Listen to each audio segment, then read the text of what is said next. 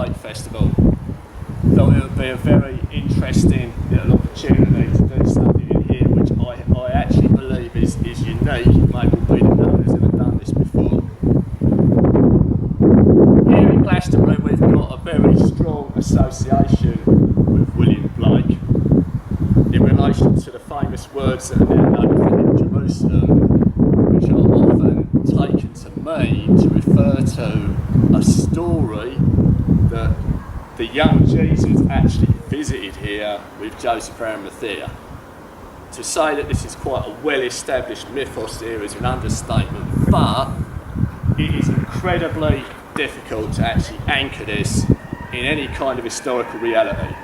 The whole thing takes us into a very liminal zone, because in all of his writings William Blake never mentions Glastonbury once.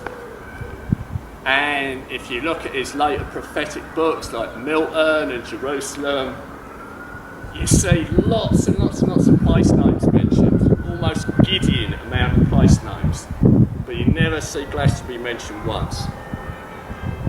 Pretty much the first bit of artwork that we've got of Blake is a depiction, a drawing, quite a famous drawing, of Joseph of Arimathea. You do see other little versions of him in one or two paintings, but the whole thing is entirely tenuous, and yet it hangs in the airwaves very, very strongly. And so it seems an interesting thing in relation to William Blake and Glastonbury to be contemplating this in that liminal zone in this place.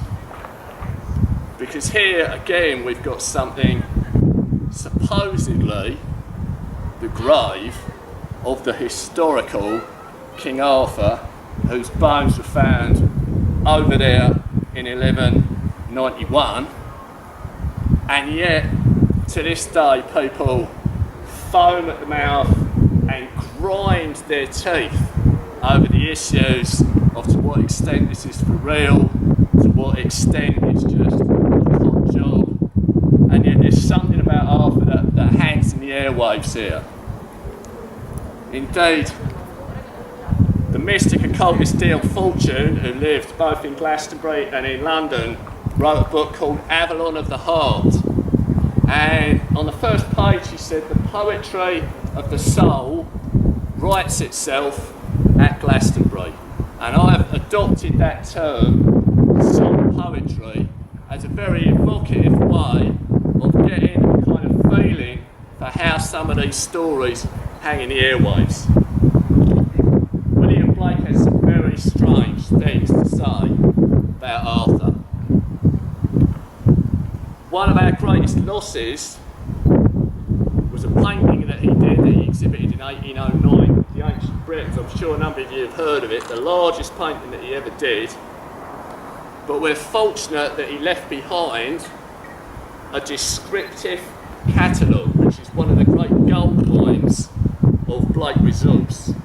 Because in this he explains what he was doing in this painting, and it opens up a whole world of strange antiquarianism, the Druid revival of Iola McGanwig. Indeed, this painting itself depicts 3 survivors from Arthur's last battle, and it's actually inspired by one of the famous Welsh triads that Iolo either translated or wrote himself, depending on how you view it. And it's definitely intriguing that the next one in the sequence is the one that's pretty damn famous around here, because it talks about 3 perpetual choirs, one of which is Glastonbury. So there's this kind of sense of something that's quite close, but is always just a little way out of reach, and is kind of inviting you to appreciate it and understand it perhaps another way. So in this descriptive catalogue, as I say, Blake has some very strange things to say about Arthur, and this is what the little passage I'm going to recite from it. So I'm clearly not putting this forward as any kind of historical theory about the real Arthur. Of course I'm not. I'm offering it up in this liminal zone where myth and history and landscape and tradition all cohere as what Dion Fortune might have called soul poetry. So, from the descriptive catalogue, Arthur was a name for the constellation Arcturus, or Bootes, the keeper of the North Pole. And all the fables of Arthur and his round table, the warlike naked Britons of Merlin, of Arthur's conquest of the whole world, of his death or sleep and promise to return again, of the Druid monuments or temples of the pavement of Watling Street, of London stone, of the caverns in Cornwall, Wales, Derbyshire and Scotland, of the giants of Ireland and Britain, of the elemental beings called by us by the general name of fairies, and of these three who escaped. He's talking about these characters who escaped from the last battle, that he is named beauty, strength and loneliness. Mr. Blake, Mr. B, was himself as in his hands, poet of the highest antiquity concerning. Adam was a druid, and Noah. Also Abraham was called to succeed the druidical age, which began to turn allegorical and mental signification into corporeal command, whereby human sacrifice would have depopulated the earth. All these things are written in Eden. The artist is an inhabitant of that happy country, and if everything goes on as it has begun, the world of vegetation and generation may expect to be opened again to heaven through Eden, as it was in the beginning. In the meantime, he has painted this picture, which supposes that in the reign of that British prince who lived in the 5th century, there were remains of those naked heroes in the Welsh mountains. They are there now. Gray saw them in the person of his bard on Snowdon. There they dwell in naked simplicity. Happy is he who can see and converse with them above the shadows of generation and death. The giant Albion was patriarch of the Atlantic. He is the Atlas of the Greeks, one of those the Greeks called Titans.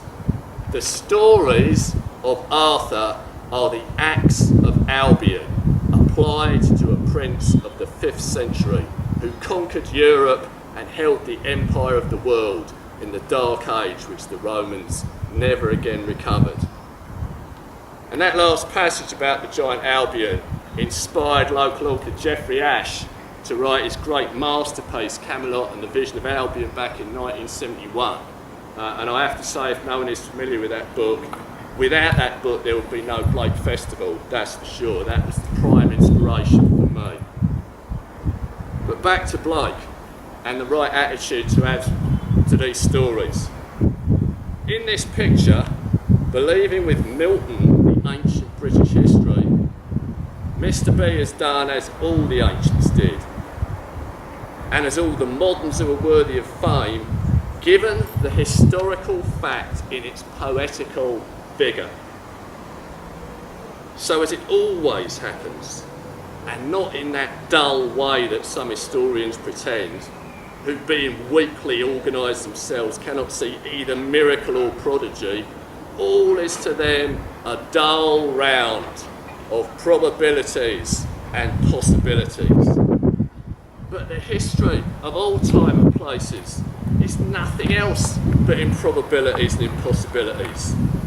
What we should say was impossible if we did not see it always before our eyes.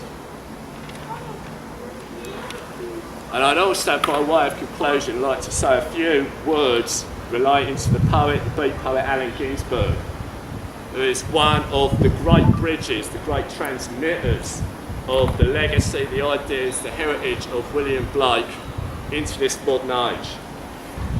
Because Allen Ginsberg visited Glastonbury in 1965, in the same period of time that he was present at the great poetry slam at the Albert Hall in London. And he came here and he picked a flower from Arthur's grave to send back to his lover, Peter Orlowski, in New York. And he was in the midst of what was almost a kind of beat poet hitchhiking Kerouacian odyssey. And he was back here again. We're not quite sure when. We got some photos of him.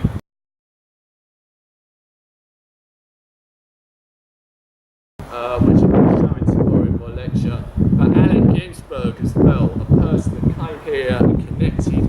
The connection of Ginsberg and Blake is so important because he literally felt that Blake was his guru, and his whole mission, his whole vocation as a poet, his life's work was set in motion by his connection with Blake.